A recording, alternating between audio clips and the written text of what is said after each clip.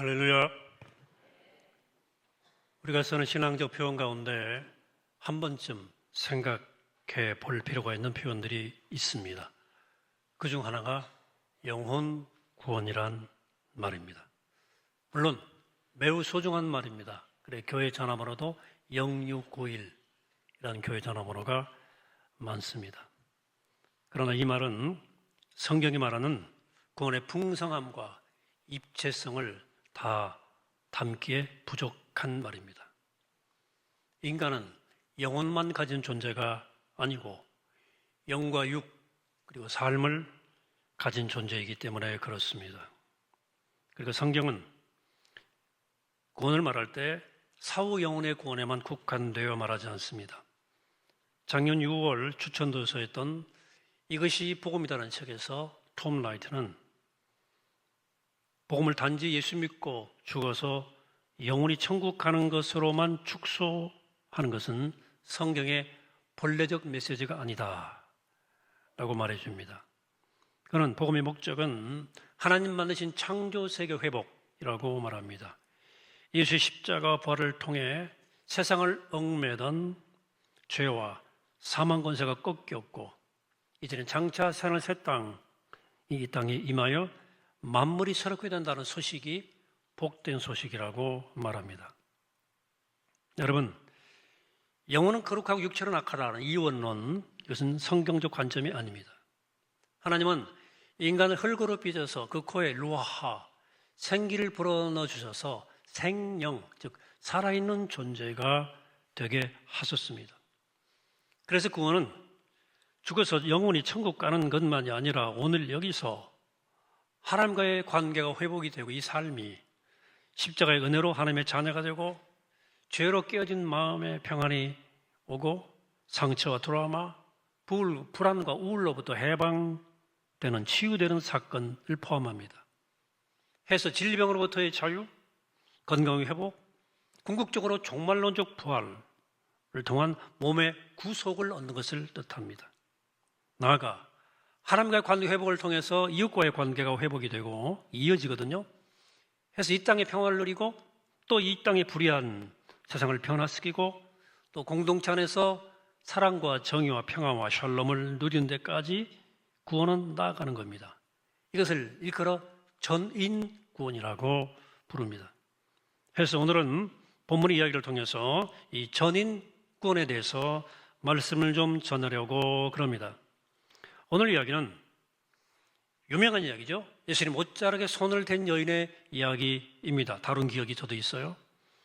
예수님 사역의 영향력이 들불처럼 번져갈 즈음 회당장 야이로가 자신의 12살 난 딸아이가 죽게 되었다.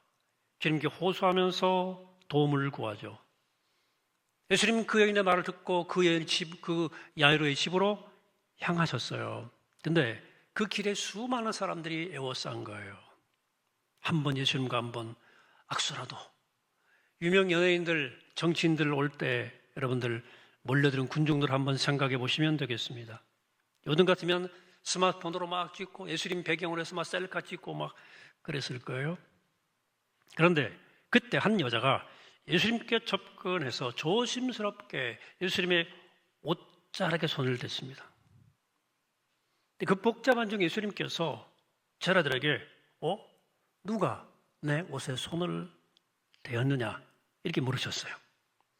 제자들은 참 예수님 오늘따라 이상하시다 생각했을 거예요. 사람들이 에워싸서 밀고 당기는 상황에서 누구라도 특별한 의도 없이 옷에 손을 댈 수 있기 때문입니다. 그런데 예수님은 자기 옷에 손을 댄 여자를 확인하시려고 둘러보셨어요. 해서 여자는 두려워하면서 예수님께 속사정을 털어놓았습니다. 그랬더니 예수님의 옷자락을 만진 이 여인의 병이 나았어요. 예수님은 이 여자에게 평안히 돌아가서 건강하게 잘 살아라 이렇게 하고 돌려보내 말씀하셨어요. 이것이 오늘 본문의 설교 본문의 스토리 내용입니다. 그런데 오늘 본문의 마지막 구절인 34절이 매우 인상적입니다. 이 구절에는 마가를 비롯한 복음서의 전체 핵심 메시지가 담겨 있습니다. 34절을 하나님이 내게 주신 말씀으로 한번 기억하고 함께 합독해 보도록 하겠습니다. 시작. 예수께서 이르시되 딸아 내 믿음이 너를 구원하였으니 평안히 가라. 내 병에서 놓여 건강할지어다. 아멘. 여기 여자 이름은 나오지 않습니다. 근데 예수님은 그녀를 딸아 이렇게 불러요. 딸아. 여기 딸이란 말 하나님의 딸 이런 뜻입니다. 사실은 본질적으로 모든 사람은 다 하나님의 아들이거나 하나님의 딸입니다. 그러나 우리 실제 삶에 있어서 내가 하나님의 아들이고 하나님의 딸이라는 사실을 깊이 생각지 않습니다. 그 무게를 모른다 그 말이에요. 그런데 우리는 예수님이 이 호칭 딸아 하고 부르는 이 호칭에서 예수님이 이 여자를 대하는 관점과 이 여자를 대하는 관점이 세상과 완전히 다르다는 것을 우리가 알 수 있어요. 이 여자에 대한 세상의 관점, 그 여자의 적나라한 실존은 25절, 26절에서 확인할 수 있습니다. 25절에 따르면 이 여인은 12년 동안 혈루증을 앓았어요. 혈루증은 하혈 증상입니다. 이로 인해서 여자가 오랜 세월 빈혈에 시달렸을 겁니다. 이 보기에 따라 큰 병이 아닐 수 있지만 실제로는 정상적 생활이 어려운 질병입니다. 그것도 만성적 하혈이에요. 12년 동안 혈루증을 앓았다는 거예요. 더군다나 당시 유대 사회에서는 여성들의 하혈 증상을 부정한 병으로 보았습니다. 율법이 그렇게 규정했어요. 그 자체가 죄였어요. 그래서 이 여자는 죄의식에 갇혀 살 수밖에 없었을 것입니다. 부끄러운 병을 자그마치 12년 동안 앓았으니까 그의 몸과 정신이 얼마나 피폐해졌겠습니까? 26절을 따르면 이 여자는 의사들을 찾아다니느라 큰 어려움을 겪었던 것 같아요. 26절을 표준 세번역으로 봅니다. 여러 의사에게 보이면서 고생도 많이 하고 재산도 다 없앴으나 아무 효력이 없었고 상태는 더 악화되었다. 당시 문헌들을 보면 의사들에 대한 평가가 나오는데 그 평가가 이중적입니다. 천사 같은 의사도 있지만 또 아주 돌팔이 악덕 장사치 의사도 꽤 있었던 것 같아요. 이 여자는 불행스럽게 좋은 의사는 만나지 못했나 봅니다.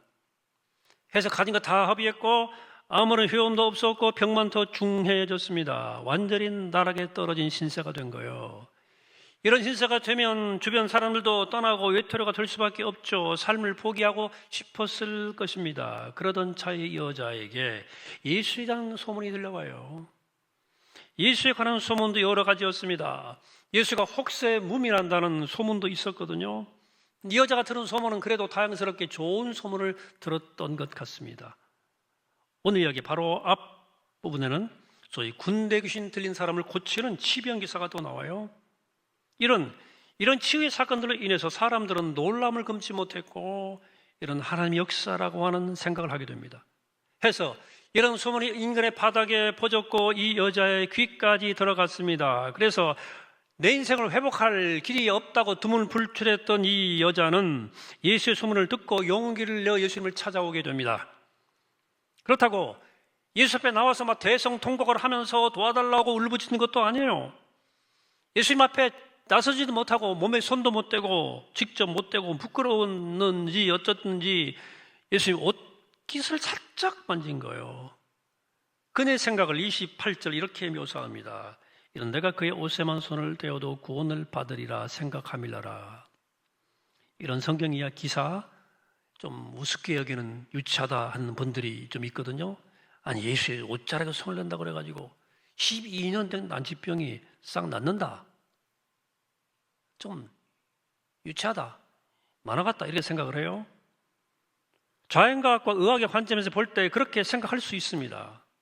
그러나 사람의 몸을 비롯한 만물이 늘 이런 합리적이고 이성적이고 과학적 논리로만 해명되는 것은 아닙니다.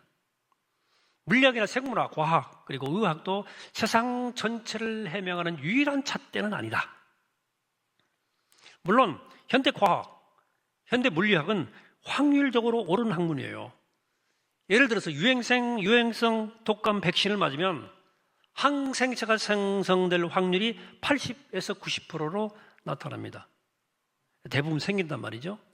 근데 항체가 생성되더라도 바이러스를 완전히 막아내지를 못합니다. 그래서 독감수 안 맞고도 독감 걸린 사람들이 있지 않습니까? 의학적으로도 시한부 선고를 받은 사람 중에서도 이유를 할 수 없는 과정을 통해서 생명이 연장된 사람들이 있어요. 확률적으로 낮기는 하지만 그런 일이 실제 있습니다. 그래서 가끔 우리는 기적 같은 일들을 경험하는 거예요. 왜? 인간의 몸과 인간의 삶, 그리고 사회 현상과 역사와 세상과 우주는 우리가 그 깊이를 다 파악할 수가 없어요. 우주와 생명의 근원의 뿌리는 우리가 파악할 수 없을 정도로 깊고 깊습니다. 우리의 삶에는, 이 우주에는 하나님의 신비라고 하는 시면이 가로놓여 있습니다. 이런 점에서 이 여자가 예수의 온반 되어도 구원받겠다는 이 기대는 충분히 존중받아야 마땅합니다. 더 나아가서 이 여인의 믿음이 부럽기도 해요. 그의 생각과 행동에서 일상에서도 경험이 가능한 구원론적 깊이를 느끼기 때문입니다. 무슨 말이냐? 이 여자가 손을 댄 예수님의 옷은 사실상은 소소한 사물이에요. 물론 예수님이 입었기 때문에 특별하긴 하죠. 그 옷은 살아가면서 일상에서도 그것은 당시의 사람들이 당시의 옷가루로 지어서 만든 살아가면서 일상적으로 늘 대할 수 있는 그런 사물이었습니다. 그것 자체에서 능력이 확 나오는 게 아니라 그 말이에요. 매직 파워가 나오는 게 아니라 그 말입니다. 그러나 이 여인은 이 예수님의 옷에 남다른 마음으로, 남다른 기대로 예수님의 발자취에 손을 댔어요. 우리 주위에도 이런 소소한 사물들이 있습니다. 우리가 앉아있는 이 장의자 성경책, 사물이에요. 종이로 막 나무로 만들었잖아요. 또한 책상, 여러분들의 밥그릇, 자전거, 시계, 신발, 커피, 손수건, 우산, 과일, 나무와 꽃, 바람과 햇살 등등 하나님이 허락하신 일상의 선물들입니다. 이런 소소한 사물들을 여러분들 어떤 마음으로 바라보고 어떤 마음으로 거기에 손을 댑니까? 그 소소한 사물이 바로 오늘 본문에 나오는 예수님의 옷일 수도 있어요. 근데 이 여인이 거기에 정갈하게 손을 댔을 때 그 영적 스파크가 일어났습니다. 생명의 근원에 접속이 된 거예요. 예수님 옷장을 향한 이 여인의 터치는 조용했지만 정성스러웠고 거기서 놀라운 사건이 일어났습니다. 아주 작고 조용한 손짓이었어요. 근데 사람들은 보통 이런 작고 조용한 일에 시시하게 생각해. 그런 사람들은 세상에 화끈한 일에 관심을 다 기울이죠. 온 관심을 거기에 기울이죠. 예컨대 대통령 선거랄지, 당대표 선거랄지, 부동산 시세랄지, 주식 시세. 물론 역사를 살고 현실을 사는 우리가 거기 무관심할 수는 없죠. 그런데 온 신경을 곤두세운다. 전인격적으로. 그래, 운이 좋으면 화끈한 성취를 하기도 하는데 그런 데만 매달리면 우리 인생에서 정말 중요한 일과는 점점점 거리가 멀어지는 거예요. 곁다리야 그건. 마치 모처럼 유럽 여행 간 사람이 그곳에 다양한 문화와 문명에 대해서는 관심을 전혀 기울이지 않고 백화점 가서 명품 옷이나 어디 구입하고 물건 사는 일에 정신 팔렸다는 것과 똑같은 태도, 비슷한 태도입니다. 오늘 29절을 말씀합니다. 그 혈루의 근원이 곧 마름에 병이 나은 줄 몸에 깨달으니라. 그 여자가 자신이 병이 나았다고 느꼈다는 말이에요. 몸에 깨달으니라. 이 현상이 뭔지 우리가 정확히 할 수는 없어요. 그녀의 병이 완전히 나은 것일 수도 있고 앞으로 언젠가 치료될 것이라는 확신일 수도 있어요. 혈루증이니까. 아니면 12년 동안 매달렸던 그 문제가 자기 인생에서 더 이상 중요하지 않게 되었다는 뜻일 수도 있습니다. 제가 보기에 이 여자의 몸의 병도 힘들었지만 그 병으로 인해 벌어지는 비인간적 상황이 더 힘들었다고 저는 봅니다. 앞에 말씀드린 것처럼 혈루증을 앓는 여자는 낙인 찍힌 여자입니다. 부정한 여자예요. 이런 사회적인 시선만 없었다면 여자가 재산을 다 쏟아부으면서까지 여기저기 의사를 따라 쫓아다니지는 않았을 수도 있어요. 오늘날도 가난 자체보다는 무능력한 사람이라는 평가가 더 우리를 힘들게 하는 거 아닙니까? 남보다 가라는 것에 대해서 저 사람은 참 청량한 무능력자가 아니고 청량한 사람이라는 평가가 일반적으로 된다면 아무도 가난을 두려워하지 않을 겁니다. 근데 무능력자라는 생각을 하기 때문에 그런 거예요. 병이 나은 줄 몸에 깨달으니라. 내가 나았구나 라는 이 깨달았던 이 표현은 단순히 몸이 치료되었다는 뜻만이 아니라 전인적 구원을 경험했다는 뜻이라고 볼 수 있습니다. 그렇게 생각하는 이유를 제가 좀 더 분명하게 말씀을 드리도록 하겠습니다. 33절에 보면 이 여자는 자기에게 이루어진 일을 알고 두려워하여 떨었다. 예수 앞에 엎드려서 말했다는 거죠. 33절도 함께 합독해 볼까요? 특이한 문장입니다. 시작. 여자가 자기에게 이루어진 일을 알고 두려워하여 떨며 와서 그 앞에 엎드려 모든 사실을 여쭈니. 아멘. 여자가 떨면서 사실을 여쭈었다. 여기는 사실이라고 번역된 단어를 영어 성경은 truth라고 번역했고 헬라어 원문은 알레데이아예요. 알레데이아가 뭔지 아세요? 요한복음 14장 6절에서 내가 곧 길이요 진리요 생명이니 해 호도스 해 알레데이아 해 조에 그래서 그 알레된 진리의 진리 그 진리를 쓸 때 알레데이아라는 표현을 쓴 거예요. 깊은 의미가 담긴 단어입니다. 오늘 본문에 나온 대화에는 잘 매칭이 안 돼요. 팩트가 아니라 그 말입니다. 말씀드리자면 이 여자에 일어난 이 일은 단순히 병이 치료되었다는 사실 팩트가 아니고 그냥 인격 전체가 새로워진 궁극적 복음 사건이에요. 진리 사건이라고요. 영적 이벤트였다는 거예요. 이 여인은 예수님을 통해서만 주어지는 생명을 얻은 겁니다. 즉 여자는 예수님께 당신이야말로 저에게 참된 생명을 주시는 진리십니다 라고 고백한 거예요. 그 진리를 얘기한 거예요. 그런 경험 때문에 그녀는 두려워하고 떨 수밖에 없었던 것입니다. 이런 진리 우리 일상 가운데 자주 경험할 수는 없어요. 못해요. 그래서 오늘 이 이야기를 읽으면서도 들으면서도 이 여자의 난치병이 치료되었다는 사실에만 머물러 있을 수 있어요. 병 나았구나. 그러나 그런 병은 치료되었다고 해도 우리는 다시 병들어 죽습니다. 병만이 아니라 다른 문제들도 또 고통을 당해요.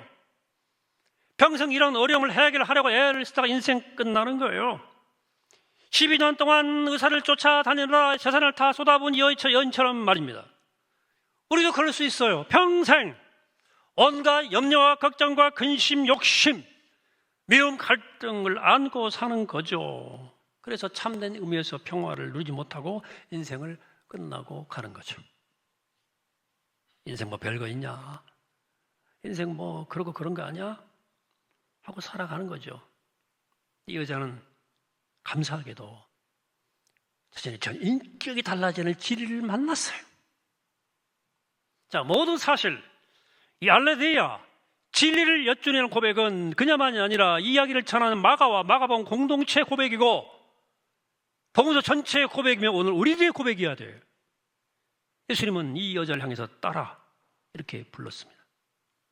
하나님의 생명을 만난 사람들은 다 누구나 듣는 말이에요. 따라. 하나님의 딸이에요. 우리는 하나님의 아들이고 이제 그녀는 더 이상 의사를 찾아다니지 않아도 됩니다. 치료비를 준비하려고 밤낮 비들릴 필요도 없습니다. 죄인이나 평가 개의치 않습니다.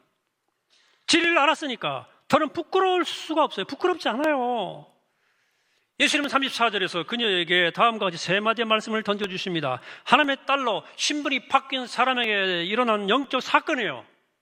내 믿음이 너를 구원하였다. 평안히 가라. 병에서 놓여 건강할지어다. 이 세 가지입니다. 이 세 가지 영적 사건이 여러분들에게도 이루어지게 되기를 축복합니다. 첫 번째 말씀은 믿음으로 구원받았다는 말은 너무 흔하게 들어서 여러분들 좀 대수롭지 않게 들을 수도 있겠어요. 우리가 믿는 신용은 했을지 몰라도 믿어보지 못했기 때문에 그런 반응할 수 있습니다. 여러분, 믿음은 일종의 백척간두에 서는 겁니다. 백척, 30대 장대 위에 혼자 서는 거예요. 백척간두. 이 아들 보세요. 12년 동안 혈중 앓으면서 치료비로 돈을 다 썼어요. 병은 더 중요해진 거예요. 그 상태에서 예수의 소문을 들은 거예요. 그래서 마지막 희망을 예수에게 걸은 겁니다. 전만다행이죠. 마지막 희망을 사기꾼에게, 영적 사기꾼들이 걸었다면 끔찍한 일이 벌어졌을 거예요. 우리가 하나님을 믿는다는 말은 인생살이에서 추구하는 여러 옵션 중 하나를 선택하는 게 아닙니다. 선택이 아니라 그 말이에요. 가끔 그런 방식으로 교회를 다니는 분들이 있죠. 동아리 활동하듯이 교회를 왔다 갔다 하는 거예요. 왔다리 갔다리. 죽은 다음에 혹시도 있을지 모를 천국에 가려고 보험을 드는 심정일 수도 모르겠어요. 그러나 그런 상태에서는 믿음이 불가합니다. 전 인격적 위탁이 불가능해요. 그러니까 믿음의 능력을 경험할 수가 없는 거예요. 당연히 구원을 얻기도 어렵죠. 얻어봐야 사이비 구원, 탐시 마약까지 취하는 그런 사이비 구원 얻을지는 모르겠어요. 이 말은 세상의 모든 일을 다 포기하고 무시하고 교회 활동에만 전념하라는 말은 아닙니다. 저 그런 말 안 하잖아요. 믿음은, 이 말은 믿음은 내 삶이 걸린 전 인격적 문제라. 이건 내 영혼의 문제라 그 말이에요. 믿음이란 것은. 자, 백적 간두의 심정으로 마지막 희망을 건다는 말을 쉽게 설명해 보려면 이런 겁니다. 아직 3개월 시한부 판정받은 환자라고 생각해 보십시오. 내가 의사 3개월밖에 못 사는데 그런 순간 여러분 사기를 당해가지고 전 재산이 다 없어지는, 여러분이 얼마 가진지 모르겠지만 싹 없어지는 순간이 왔다고 생각하십시오. 그런 순간이 와도 나를 딱 붙잡을 수 있는 것이 그게 믿음이에요. 아무렇지 않아. 제 아들은 가족과 직업과 재산을 다 포기하고 예수를 따랐다 그랬어요. 그들이 바보가 아니라면, 그들이 멍청이가 아니라면 적어도 모든 걸 버려야 할 정도로 믿고 따라야 할 특별한 가치를 발견했다는 뜻이 아니겠습니까? 어떻게 다 두고 내려놓고 가요? 내 믿음이 너를 구원했다는 이 주님 말씀은 여인의 믿음이 그만큼 절박했다는 뜻입니다. 장난이 아니란 말이에요. 또한 내 믿음이 너를 구원하였다는 이 문장에서 구원은 그녀가 치료받았다는 뜻이기도 합니다. 육체의 힐링, 영혼의 힐링, 치유를, 전인격적 치유를 받은 거예요. 이제 그녀는 평안을 선물로 받을 수가 있었습니다. 예수님은 그 사실을 그녀에게 확인해 주었어요. 평안히 가라. 휘파게 에이레넨 띄워주세요. 그 원문이거든요. 평안히 가라. 여기서 에이레넨은 히브리어의 샬롬이에요. 그녀는 12년 동안 평화를 모르고 살았습니다. 당연하죠. 자기 병을 사람들에게 드러내놓고 말할 수도 없었고 아무리 구초력을 해도 안 됐어요. 매 순간에 노심초사하고 걱정 근심이야. 샬롬과는 거리가 멀어도 한참 먼 인생살이었습니다. 그런 예수님을 만나 그들은 치료받아 비로소 평화의 세계로, 샬롬의 세계로 들어갈 수가 있었습니다. 예수님 만나기 전과 이후의 삶이 완벽히 달라진 거예요. 오늘 말씀을 듣는 여러분들 마음은 좀 어때요? 여러분들에게 주의 샬롬이 있게 되기를 축복합니다. 어쩌면 여전히 여러 가지 일로 여러분들 마음이 복잡할 거예요. 평화로운 삶이 말처럼 잘 안 된다 하는 걸 경험할 겁니다. 저도 그럴 때가 많아요. 예수를 믿는데도 불구하고 여전히 우리 마음은 혼란스럽고 복잡해요. 일이 잘 풀려도 풀리는 대로, 잘 안 풀리면 안 풀리는 대로 우리 삶은 요동쳐요. 그래서 어떤 분들은 야, 성경이 말한 그런 절대 샬롬, 평화는 우리 삶에 실제로 가능하지 않은 거 아니냐라고 생각할 수도 있어요. 그것은 대충 세상에 말하는 평화만, 그런 평화만 알지 예수로 인한 평화가 무엇인지를 경험해 본 적이 없기 때문에 그렇게 말하는 겁니다. 그러나 사랑하는 여러분, 실제로 예수님이 지금 여러분 곁에 함께 계신다고 상상하십시오. 실제로요. 내 옆에 딱 지금 계신다. 그럼 가난해도 기쁘고 외로워도 기쁘고 평화로울 수 있을 것입니다. 문제는 우리가 예수를 절대적 대상으로 경험하지 못한다는 거예요. 저는 커피를 잘 안 마십니다. 그래서 커피 매니아들이 야, 이 커피, 드립커피 진짜 맛있다고 막 그러면, 그리고 막 설명해도 실감이 안 나요. 무슨 맛인지. 모릅니다. 신앙시험도 똑같아요. 설명한다고 되는 게 아니에요. 바라기는 우리 모두가 여기에 주님의 평화가 구원의 실제적 능력으로 임하게 되기를 축원합니다.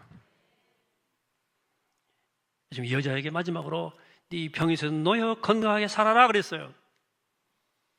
여기 병은 단순한 혈류증만이 아니라 우리의 삶을 파괴하는 모든 악한 우리를 얽매는 세력들을 말합니다. 온갖 억측과 망상과 피해의식과 자기 과시와 자기 집착, 이 이상한 현상들, 우리의 경험에 따르면 그런 악한 세력에서 벗어나기가 너무너무 힘듭니다. 그래서 주님은 그렇게 살아갈 수 있다고 말씀하시는 거예요. 그렇게 살아가라고 말씀하는 겁니다. 병에서 놓여 건강해라. 이것이 바로 하나님의 딸에게 주어진 특권입니다. 여러분과 저에게 주어진 특권이라고요. 이 특권을 누리시기를 축복합니다. 여러분, 사랑하는 여러분, 우리 소중한 삶을 탕진하게 만드는 그 병에서 벗어나서 영육간의 건강에 살아가시기를 바랍니다. 우리가 예수를 영접함으로 이미 우리 안에는 하나님의 통치가 시작된 거예요. 하나님의 나라가 시작됐다고요. 그러면 그리스도인들은 단순히 천국 티켓을 쥐고 기다리는 사람들이 아니라 부활하신 주님과 여기서 동행하며 여기서 평화와 사랑과 용서와 정의와 아름다움을 경험하며 새 창조의 삶을 여기서부터 살아가는 사람들이 그리스도인들입니다. 오늘 혈류증을 앓은 이 여자는 12년 동안 알았어요. 그러니까 얼마나 짜증나겠습니까? 내 인생만 안 풀리는 거 아니냐? 짜증스럽고 낙심해 놨어요. 세상이 공정치 못한 것 같아. 내 팔자는 왜 이래? 화가 나요. 근데 여자가 예수를 만난 거야. 따라 하는 죄 음성을 들은 거예요. 예수 그리스도를 전 인격적으로 만난 겁니다. 여인에게 전인적 구원이 임했어요.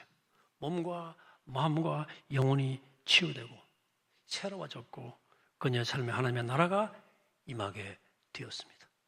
여러분, 바라기는 오늘 연예기만 이 구원이, 이 하나님의 나라가, 이 샬롬이, 이 사랑과 은총이 우리 가운데, 우리 삶 가운데 가득하게 임하기를 이 시간 주의 이름으로 간절히 축원합니다. 아멘. 기도하겠습니다. 딸아, 아들아, 내 믿음이 너를 구원하였으니 평안히 가라. 네 병에서 놓여 건강할지어다. 이 복된 소식, 이 구원의 소식이 우리에게 전해지게 하시고 이 복된 소식을 삶으로 살아가는 주님의 자녀, 하나님의 아들, 하나님의 딸 되게 하여 주옵소서. 감사드리옵고 예수 그리스도 이름으로 기도합니다. 아멘.